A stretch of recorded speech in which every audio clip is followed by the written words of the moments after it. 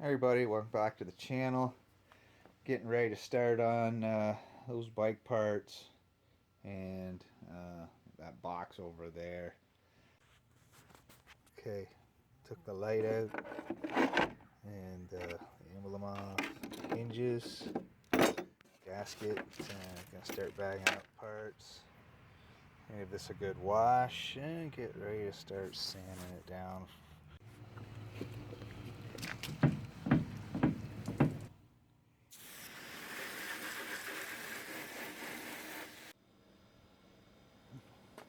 Okay, I started sanding this down with 320. It had a kind of a pinstripe thing going on around here. It's still on down there. Yeah, get that off because there is a second layer of paint here. Just taking a razor knife and just working that off.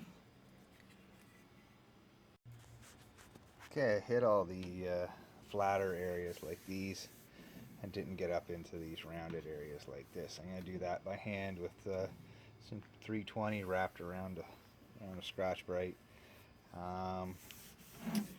Yeah, it's all kinds of, since it's a plastic box and lid, it's all kinds of molding imperfections all over this box.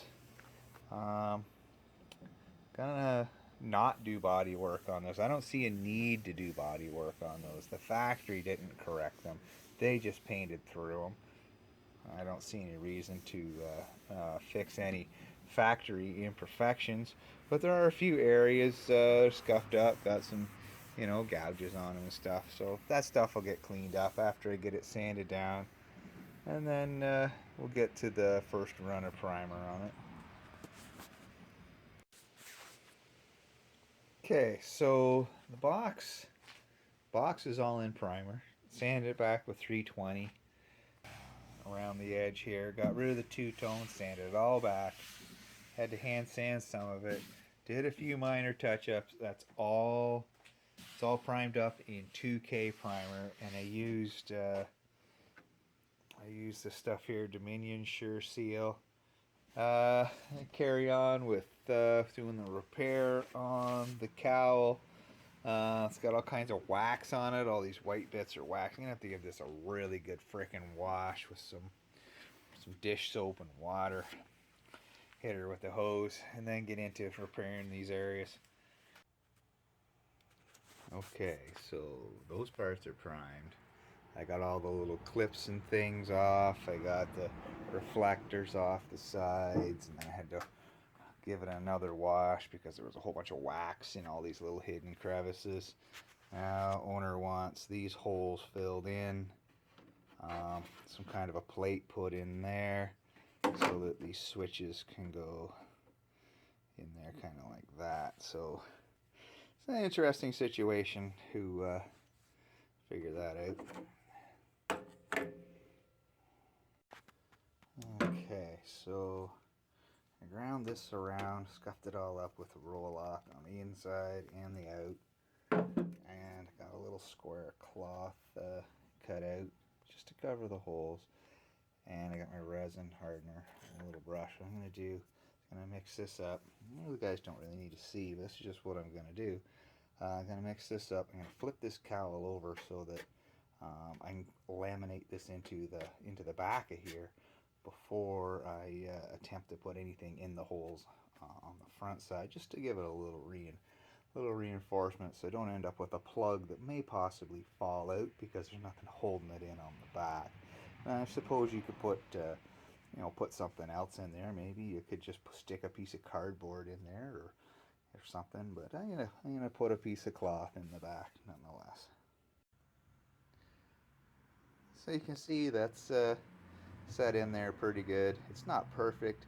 Gonna grind this back just a little bit more around these holes here with the roll lock. I got a little better disc on. That one was a little wore out. Just get some more of this plastic away and then throw another little piece of cloth on the front, and then it'll be ready to build up with a little bit of filler, and then move on to this opening here. Alright, got the filler plate cut out of the old box sitting in the hole. I just got to cut a hole in it for where these terminals are going to go so that it sits in the middle of that filler plate. Okay, so I cut the square hole out for the terminals, so they fit on there like that. And the guy can plug in his stuff on the back there. I'm going to use these 3 existing holes. I drilled and countersunk the filler plate so it fits in there like that, and I just use these little short screws in, put a nut on the back. Okay, I checked everything, seems like it's all going to fit good.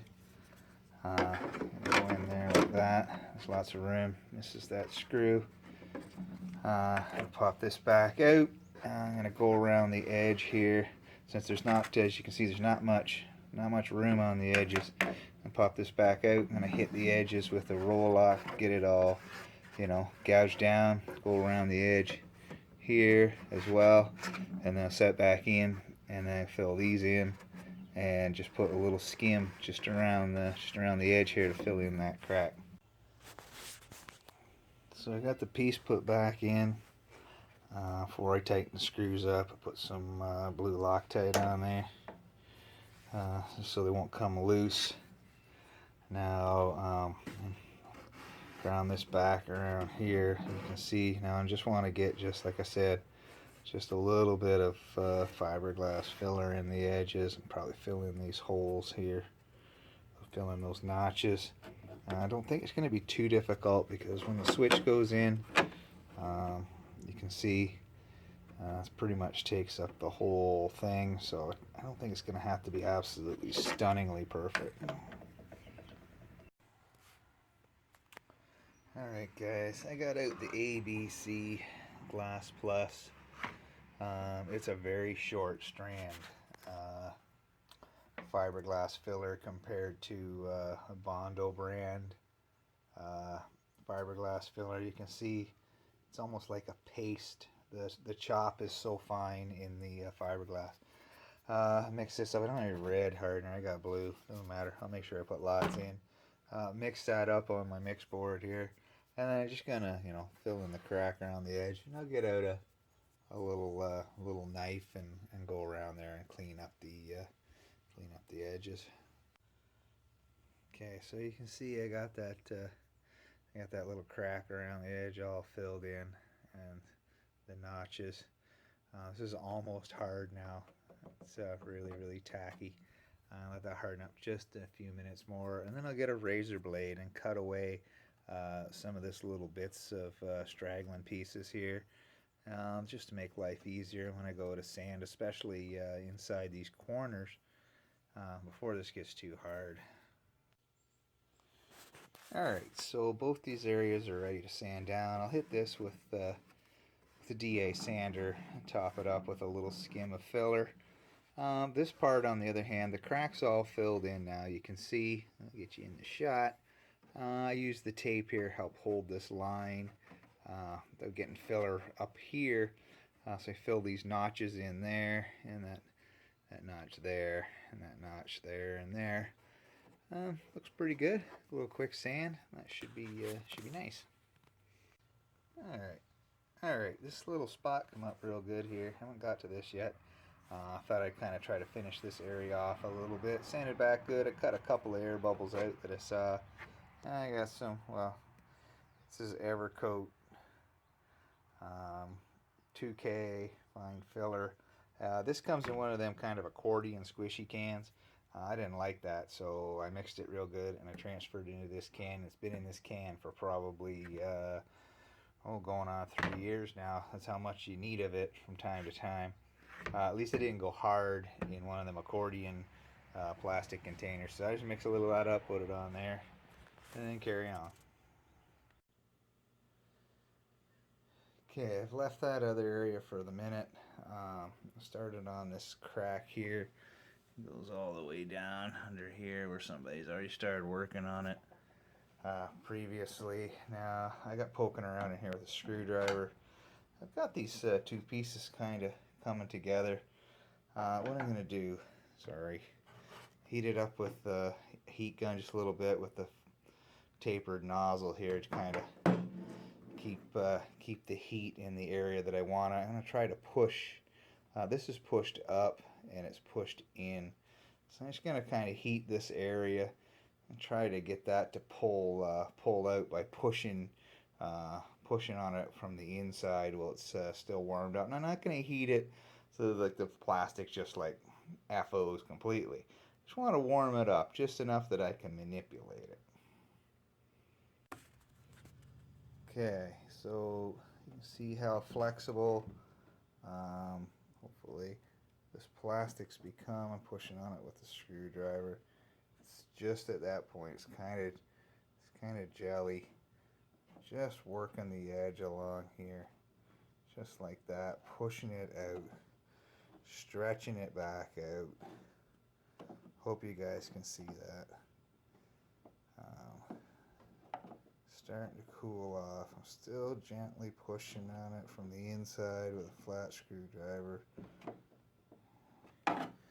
There. It's pretty much cooled off, and yeah, it's pretty much straight here again now. You gotta be careful. I almost pushed the screwdriver right out through the plastic. You gotta be really, really careful doing this kind of stuff. I've done this on bumpers before too. It can be a bit tricky. Well, now we're at the point. Since you can't see both sides at the same time, at the point I can probably give this a little heat around here just to get that to come a little more into position. You can see how this crack opened up a little bit since I manipulated this. That's pretty warm to the touch too. That's pretty warm. That will probably knock down, come out real good. Looking real nice, looking real nice. Gotta get this corner. This corner's in the wrong spot. Need to heat it up a little bit here on the corner and kind of push it over. And then push it over, and it'll probably stay in position.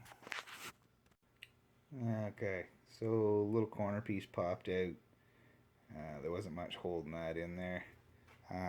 Actually, that actually worked out for my benefit, because then it kind of released this area here so that it's a little more manipulatable, if that's a word.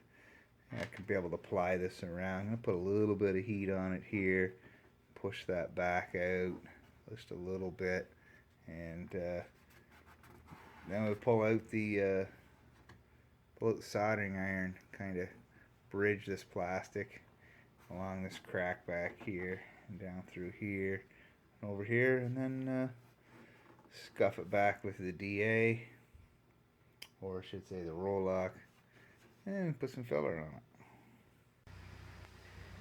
Alright, so there's one more crack, and it's right here, and it comes up through and actually goes through the inner plastic body here. This is somehow plastic riveted together, an outer skin to an inner skin that makes up this cowl, but it cracked right here at the rivet. I'm just going to touch this with the die grinder with a little bit in it around this crack. Then I'll get out my little soldering iron and melt this plastic back together. That'll help stiffen it up a little bit before I hit it with some fiberglass. Yeah, so just took the tip of the soldering iron, getting hot, just work down the crack and pull the plastic back together. Hit it over here.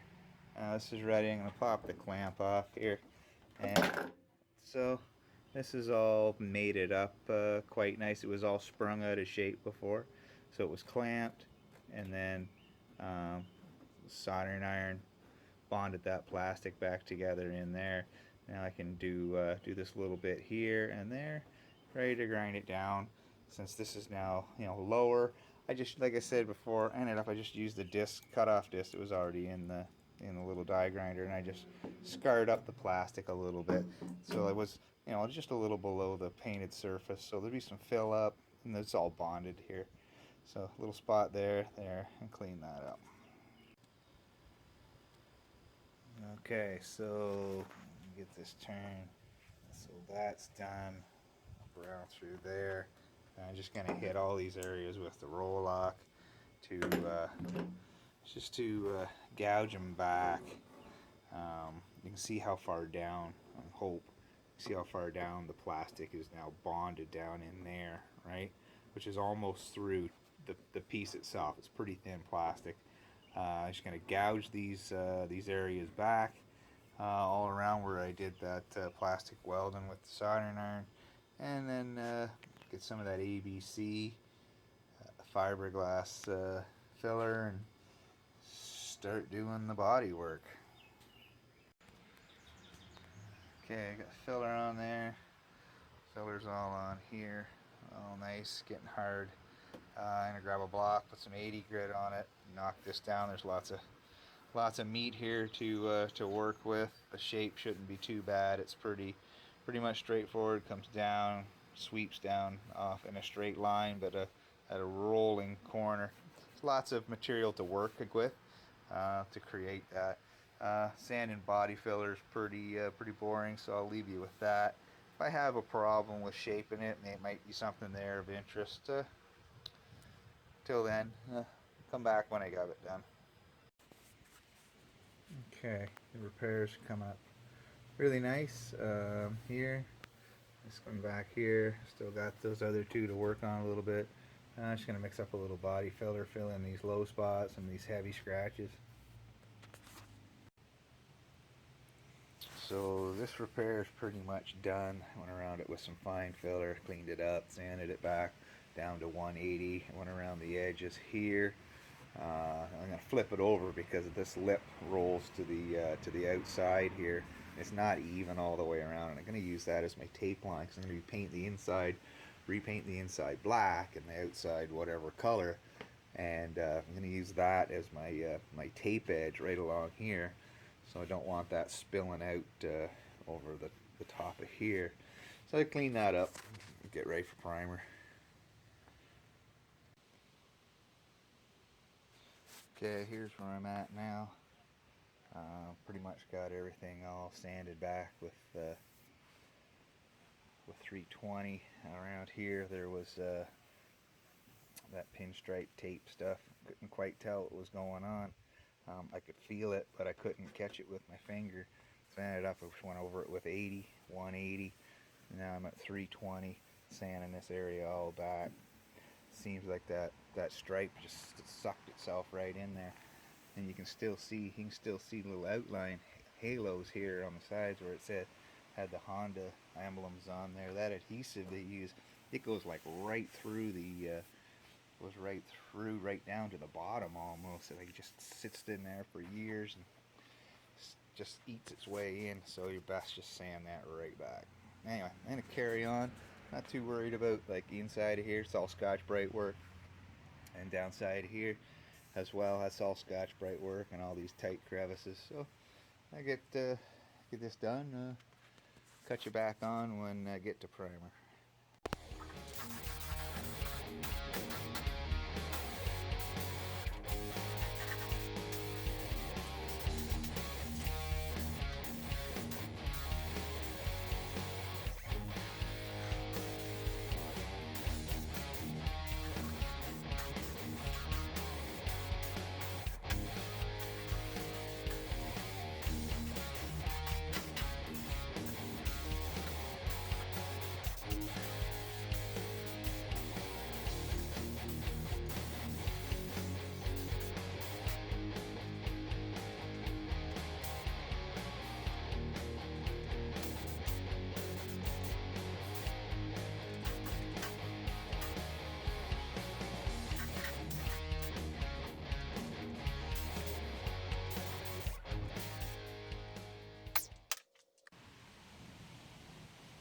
Okay, so 3 coats of Dominion Sure Seal Ultra. This stuff right here looks real good.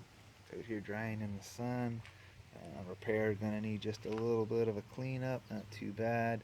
That's typical. So this is ready, and that's ready. So the next video will be paint.